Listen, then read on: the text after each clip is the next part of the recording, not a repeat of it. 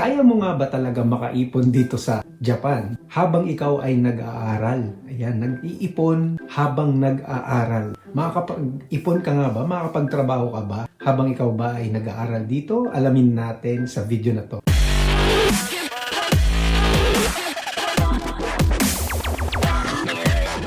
Hi guys, this is Alan. Welcome back to this channel, Gaijin World! Kaya mo nga bang pagsabayin ang pag-aaral at pagtatrabaho? Siyempre pag nandito ka na sa Japan, hindi lang pag-aaral ang dapat mong gawin. Kung hindi ay, nako, baka wala ka ng budget para sa araw-araw mong gastusin. Except kung meron kang nagsosupport sa iyo, kung meron nagfa-finance sa iyong pag-aaral at pamumuhay dito. Pero kung sariling sikap lang, tapos ay nag-aaral ka at the same time ay nagtatrabaho, malalaman natin kung kaya ba. So paano ka nga ba makakapag-aral habang ikaw ay nagtatrabaho? Pagdating mo dito sa Japan, ang una mong priority ay yung pag-aaral. Kami nung time namin, 3 months kaming hindi pwedeng mag part-time job or arubaito. Mula nang dumating kami dito, maghahantay kami ng 3 months bago kami makapagtrabaho. Dahil ayaw ng school na makapag-focus kami sa pagbabaito or yung tinatawag nilang arubaito. Siyempre, bago ka pa lang dito sa Japan, ang gusto nila ay makapag-focus ka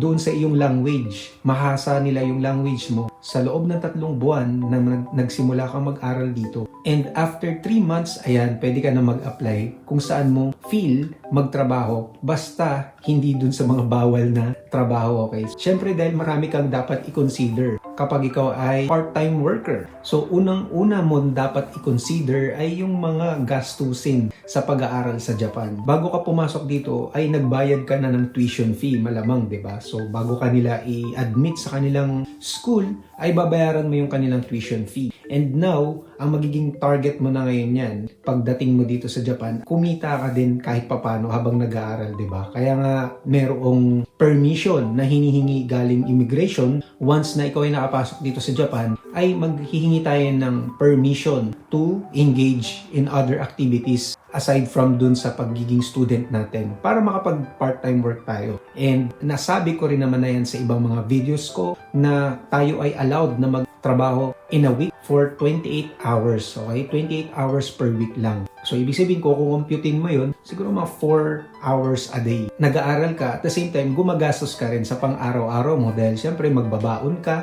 ng iyong pagkain or bibili ka ng mga kailangan mo sa school. Kailangan din mong magbayad ng Teikiken or yung kanilang train kung medyo malayo yung bahay ninyo at ang way lang to go to your school is via train, ay kailangan mong bumili ng Teikiken o yung train card na renewable yon. So nalalagyan ng pera yon. And kami nung time namin, so mga 1 month para mas makatipid kami, 1 month na yung binibigay namin or yung binibili namin Teikiken. Pero mas makakatipid ka kung 3 months na yung card, valid nung card. Medyo mas mahal nga lang yon. And nakakatakot kasi baka mawala mo yung Teikiken. Sayang ang halaga pa naman, sobrang mahal. So ayun yung mga dapat nyong i-consider na gastusin sa pag-aaral ninyo. Pamumuhay ninyo dito, yung apartment na tutuluyan ninyo, yung pagkain nyo sa araw-araw, pamasahe nyo sa araw-araw, yan ang dapat i-consider ninyo. And nabanggit ko rin kanina about dun sa tuition fee na dapat ninyong bayaran bago kayo ma-admit dun sa school. So, mamimili naman kayo ng school na inyong gustong pag-aralan dito. Merong Japanese private universities or public universities. Meron ding Senmon Gakko or yung vocational technology institutions or yung school na pinanggalingan ko which is Japanese language institution. So, nung time namin, meron kaming half a year na pwedeng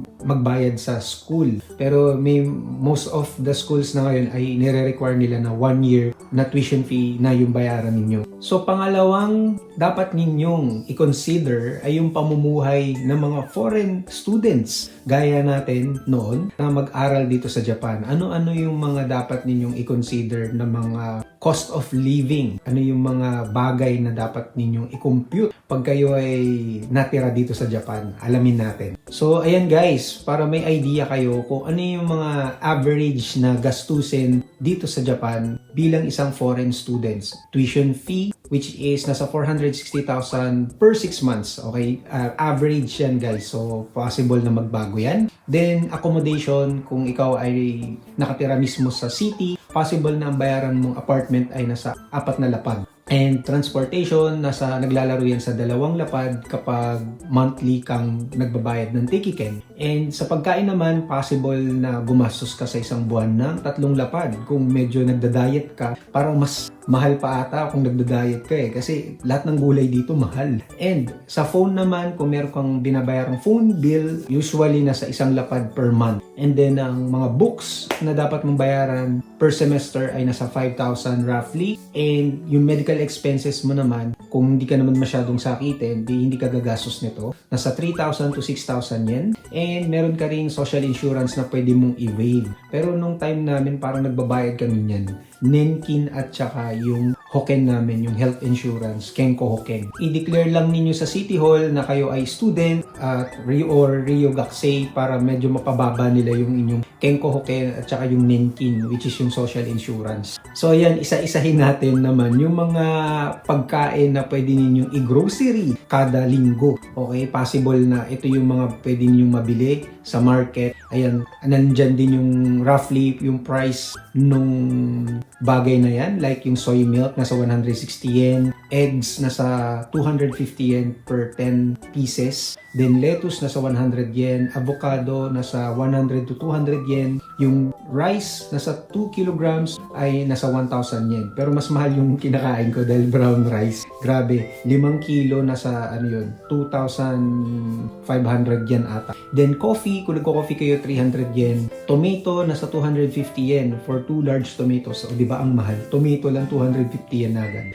Then bananas nasa 100 yen, isang peraso. And cereal kung nagda-diet ka, ayan, 550 yen. Sa mga nakatira naman sa Tokyo, okay, yung mga students na nakatira sa Tokyo, ito yung average living expenses nila. Okay, yung rent ay nasa 4 lapad, yung food ay nasa 3 lapad, utility charges ay nasa 7,000 or 7,000 yen. Kung mahilig ka manood ng sine, ayan, budgetan mo yung sarili mo ng 6,000 yen. And syempre sa Tokyo, medyo dikit-dikit naman yung lugar doon. Kaya siguro yung commuting expenses niya dito ay medyo mababa, nasa 5,000 yen lang. And insurance and medical expenses ay nasa 3,000 yen. Malamang yan yung Hoken. And yung miscellaneous fees niya ay nasa 5,000 in a total of 100,000 per month. Okay? Yan yung average living expenses in Tokyo for students. So nasa 10 lapad kada buwan. So dito sa chart na to, makikita nyo naman yung difference per month, okay, ng rent. Kung magre-rent kayo ng apartment or titira kayo sa prefecture na gusto ninyo, makikita nyo dito yung differences. So mapapansin nyo dyan na yung rent sa Tokyo, ayan, yung rent sa Tokyo ay nasa almost 8 lapad. Okay? Ito, Tokyo. Yan, nasa halos 77,174. Kung nasa Kanagawa naman, ay nasa halos 7 lapad. Okay? And sa Saitama naman ay halos 6 na lapad. So, kung ikukumpara mo naman yan sa mga urban areas or yung mga hindi ganun ka lapit sa mga cities o yung mga provinces ng Japan, makita nyo na napababa yung trend. Okay? So, ibig sabihin, mas mababa yung rent. Naglalaro na siya sa 3 lapad. Okay? Yan yung sa Akita, Iwate, or Aomori. Then, ito naman yung cost of living. Kung ikaw ay titira sa mga lugar na yan, like sa Tokyo, for example, naglalaro yan sa, sabi nga natin kanina, 10 lapad, diba? So, dito nga medyo lagpas pa, nasa 113,000 yung monthly cost of living sa Tokyo. And ito yung comparison niya sa iba pang mga lugar. So, mas malayo sa city ay mas mababa yung cost of living. So, kung gusto niyo ng comparison, ayan, kung magkano yung difference kung ikaw ay nakatira sa Tokyo at yung nakatira naman sa Aomori, ito yung difference na matitipid ninyo. Nasa 40,645 yen. Ganun kalaki yung difference, diba? Pero kasi nga, syempre, Tokyo yan. So, lahat ng mga bilihin dyan ay mahal. So, in summary, ang total average cost of living expenses para sa isang international student sa Japan ay umaabot sa 10 lapad kada buwan. Pero on a national average ay nasa almost 9 na lapad ang cost of living. Okay? Pero in general is 100,000 a month. Okay, pangatlong dapat nating i-consider sa pag-aaral at pagtatrabaho dito sa Japan, yung mga scholarship na inaalok sa Japan. Ano ba yung mga scholarship na inaalok dito? Kung may scholarship dito, mas makakatipid ka kasi halos lahat sagot na ng school yung mga gastusin. Ang gagawin mo na lang ay mag-aral ng mabuti. At para may idea kayo kung ano yung mga inaalok na scholarship para sa mga mag-aaral dito sa Japan, meron dyan yung MEX scholarship. Pwede rin kayo mag-try sa JASO. Okay, so may mga videos na akong nagawa about sa mga scholarship na yan. I-check nyo yung aming YouTube homepage at puntahan nyo yung Student Visa in Japan playlist namin. So, nandiyan dyan yung mga videos kung gusto niyo yung mapanood. O diba, ang daming mga scholarships na pwede ninyong subukan. Malay nyo, yan na yung chance ninyo. So, posible nga bang pagsabayin ang pag-aaral at pagtatrabaho dito sa Japan? Oo, posible. Oo, posible. Yung 2 taon na pinag-aralan namin dito sa language school ay hindi rin naman talaga biro. Hindi biro dahil hindi biro yung presyo na kailangan mong bayaran, yung tuition fee na dapat mong pagtrabahuan. And gaya ko, hindi lang ako nagtatrabaho para sa sarili ko. Nagtatrabaho din ako para may maipadala ako sa family ko sa Philippines habang nag-aaral ako dito sa Japan. So imagine ninyo nag-aaral ako at the same time nagtatrabaho at nagpapadala pa ng pera sa Philippines para sa family. Na-survive ko yun, di ba? Kayo pa na, let's say, kayo ay single and ready to mingle. Single at kumbaga wala naman kayong binubuhay na pamilya, ay mas lalong kayang-kaya ninyo yan lalagpasan, guys. So wag lang kayong susuko and andito ang Gaijin World para kayo gabayan. Wow.